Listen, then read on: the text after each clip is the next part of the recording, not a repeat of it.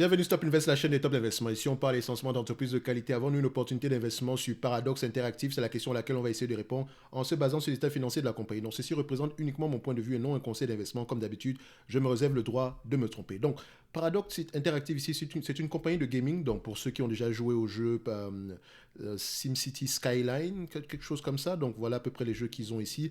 Le nom m'échappe, mais vous allez pouvoir reconnaître ici. Donc, on a Victoria 3, on a City Skyline, c'est pas SimCity, donc City Skyline. Donc voilà, Earth and Iron.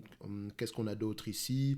Bref, c'est une compagnie ici qui fait des jeux vidéo, je pense bien. C'est un éditeur de jeux vidéo, c'est comme ça qu'on les appelle. Les éditeurs de jeux vidéo. Donc on a à peu près ça comme jeux vidéo ici, Airport Simulator, ce genre de choses-là. Ils ont un autre jeu ici auquel moi j'ai joué, je pense que c'était quelque chose de Crusader. Europa... Non, donnez-moi juste un instant, on regarde ça ici. Où est-ce qu'il est ce jeu-là? Oh, le nom m'échappe. Où est-ce qu'il est? Il est où? En fait, moi j'aime bien les jeux de gestion en fait. Gestion, simulation, ce genre de choses-là. Moi j'aime bien ce genre de jeu. Donc s'il n'y a pas de gestion d'une ville, de l'argent, d'un empire, ce genre de choses, c'est pas le genre de jeu qui va m'intéresser généralement. D'accord? Donc ici, voilà. Crusader King 3. Bon, j'ai pas joué le 3, mais j'avais l'habitude de jouer ce jeu-ci. D'accord? Les premières versions ici. Donc voilà, c'est à peu près ce genre de jeu qu'on fait. Donc c'est un éditeur de jeux vidéo. Une fois qu'on a dit ça, on va suivre ici le même plan, revenu, croissance du revenu ici, free cash flow moyen, etc. Donc vous êtes déjà habitué. Donc le revenu ici, on a à peu près 1 milliard 778, donc 1 milliard 780 millions, d'accord, en couronne suédoise. Faites attention, c'est une compagnie suédoise. En couronne suédoise, donc ici, je vais sur Ticker pour aller regarder à peu près quelles sont les prévisions des analystes en termes de revenus ici. Donc sachez ici qu'il faut, vous, quand vous allez faire vos analyses, quels sont les jeux qui rapportent le plus, etc. D'accord? Donc faites attention à ça parce que l'univers des jeux vidéo également est très concurrentiel. Donc ici, on a à peu près, on s'attend en 2023 à peu près à 2 milliards 300 millions. D'accord? Toujours en couronne suédoise. Donc ici, on va mettre 2,3. D'accord? 2,3. OK?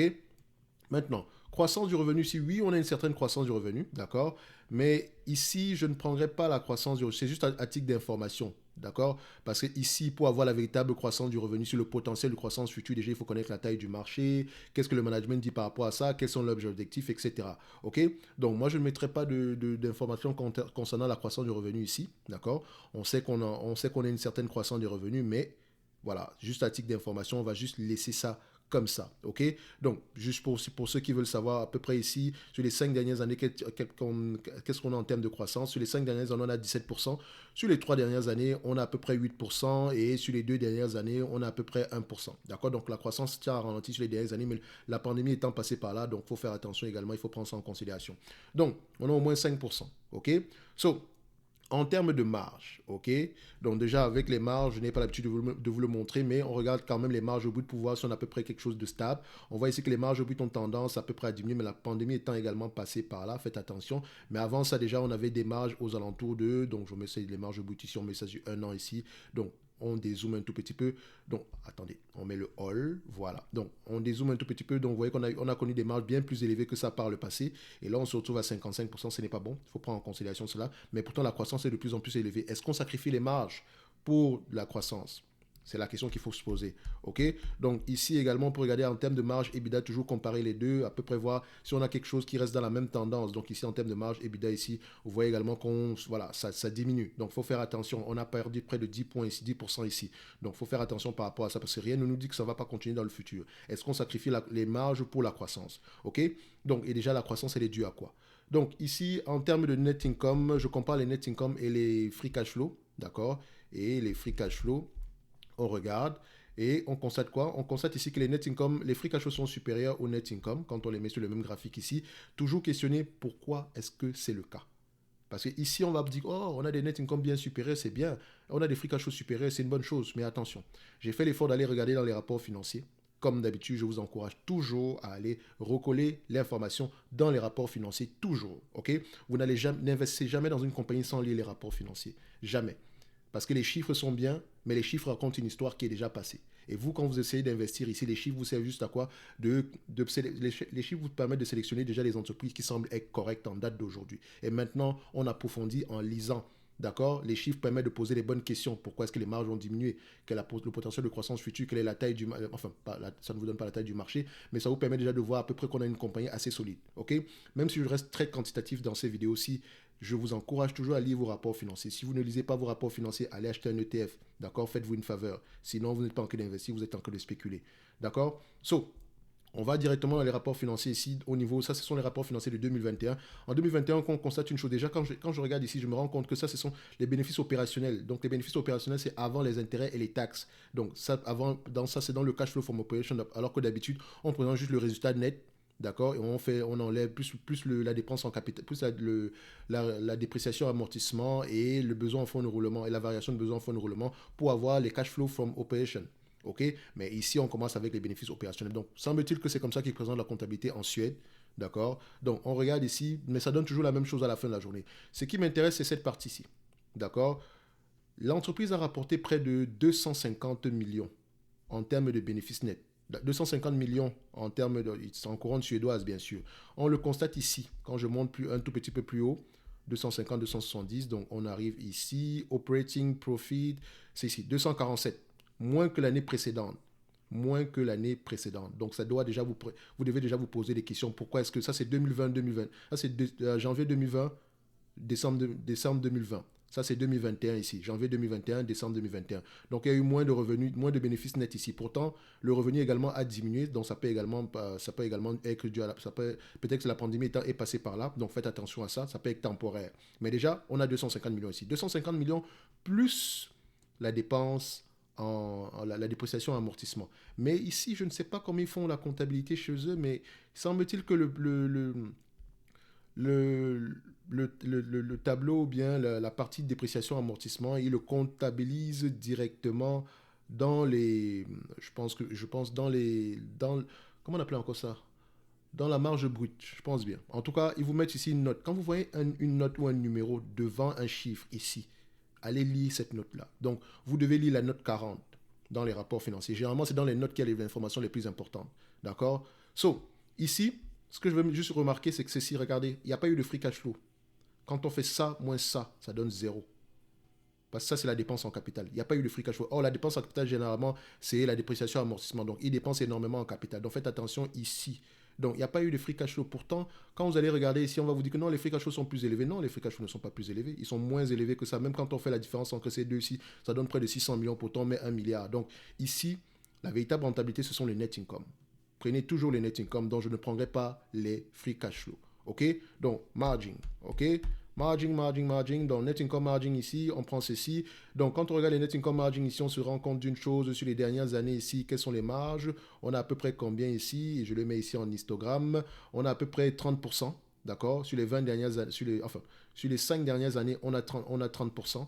Sur les 3 dernières années, on a à peu près 26%. Mais la pandémie est également passée par là. Ne l'oubliez pas du tout. Donc, je prendrai du 30% ici. D'accord? Je prends 30%. Enfin, on dit c'est les 5 dernières années. Ici, on va mettre 30% par là. Si on a plus que ça, tant mieux. Mais je prends le 30%. OK? So, le nombre d'actions, est-ce qu'il augmente ou il diminue? Qu'est-ce qu'on constate ici? On constate que nous avons un nombre d'actions ici qui diminue. OK? 105.62. On met 105.62 ici. 105.62. OK? Maintenant, en termes de PER, secteur du jeu vidéo, il y a de fortes chances qu'on se change généralement à des PER plus élevés que ça. Généralement, en moyenne, aux alentours de 20, 25 par là. Donc, je ne serais pas étonné, avec si vous avez également de la croissance, que vous puissiez vous échanger à des PER bien plus élevés. Mais attention, ici, il faut toujours questionner les PER, le bien fondé du PER. Actuellement, la moyenne sur les 5 dernières années, c'est 34 fois les bénéfices. Actuellement, on s'échange à 27 fois les bénéfices. Alors, personnellement, je ne vais pas aller au-delà de 25 fois les bénéfices. OK? Donc, ici, dans mon tableau sur Finbox, je fais, comment on appelle encore ça? Donc, je vais faire Paradox. Toujours vérifier qu'on a bien la compagnie suédoise. Est-ce que j'ai la possibilité d'aller sur la compagnie suédoise ici?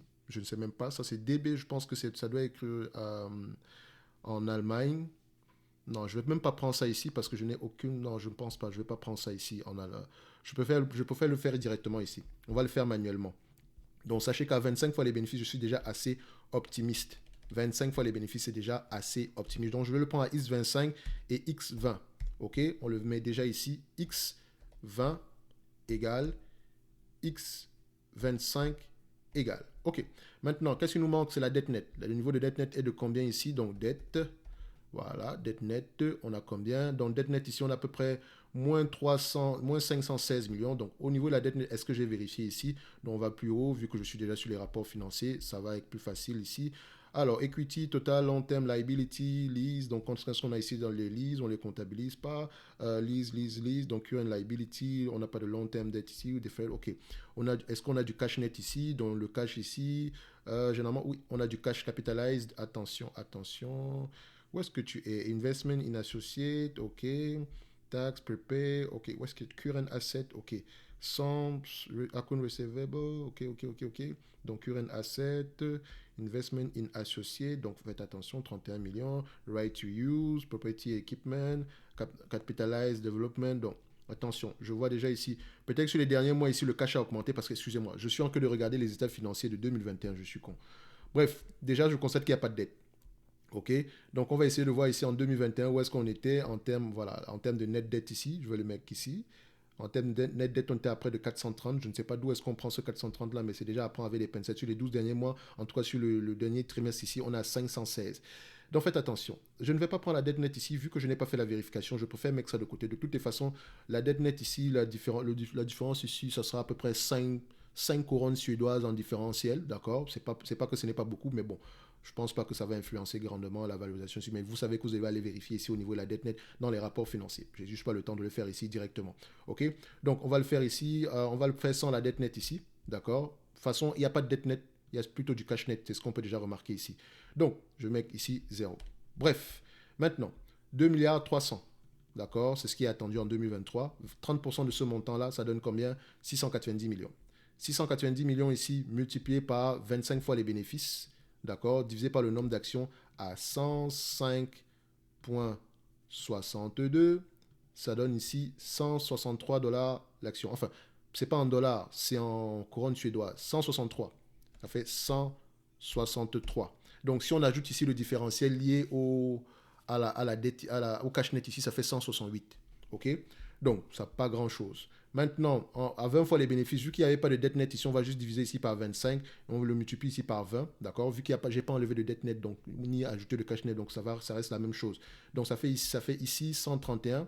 D'accord? 130. Enfin, si vous voulez, on va mettre 130.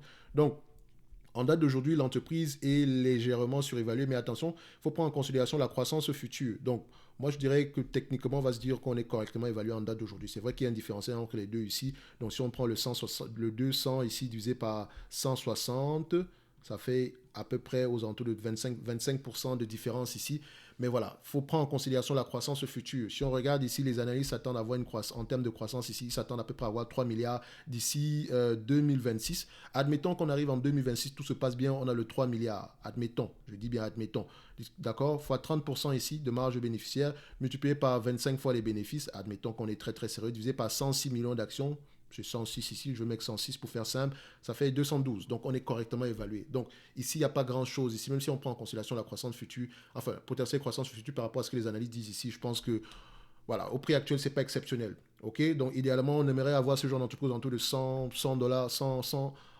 100, comment on appelle ça? 100 couronnes suédoises. Excusez-moi, le fait de jongler avec les monnaies tout le temps, ça m'embrouille. D'accord? 100, en termes de 100 couronnes, on va dire 100 couronnes suédoises ici.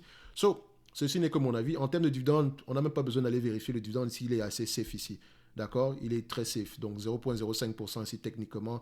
Par rapport à la capitalisation boursière actuelle, l'entreprise peut généralement payer aux alentours de 3-4% par là à vue d'œil. OK? Enfin, je pense que 3,5-3,6% par là. Vous savez déjà comment est-ce qu'on fait le calcul ici. Donc, on va se dire que pour Paradox, le prix actuel n'est pas exceptionnel, mais attention, si la croissance tend à s'accélérer dans le futur, on pourrait carrément avoir quelque chose d'intéressant. Mais bon, vous ne surpayez pas également pour ceux que ça intéresse, d'accord? Ceci n'est que mon point de vue et non un conseil d'investissement, d'accord? Vous lisez toujours vos rapports financiers avant de prendre une quelconque décision d'achat ou de vente, ok? On va se donner rendez-vous sur la prochaine vidéo et d'ici là, portez-vous bien. Merci.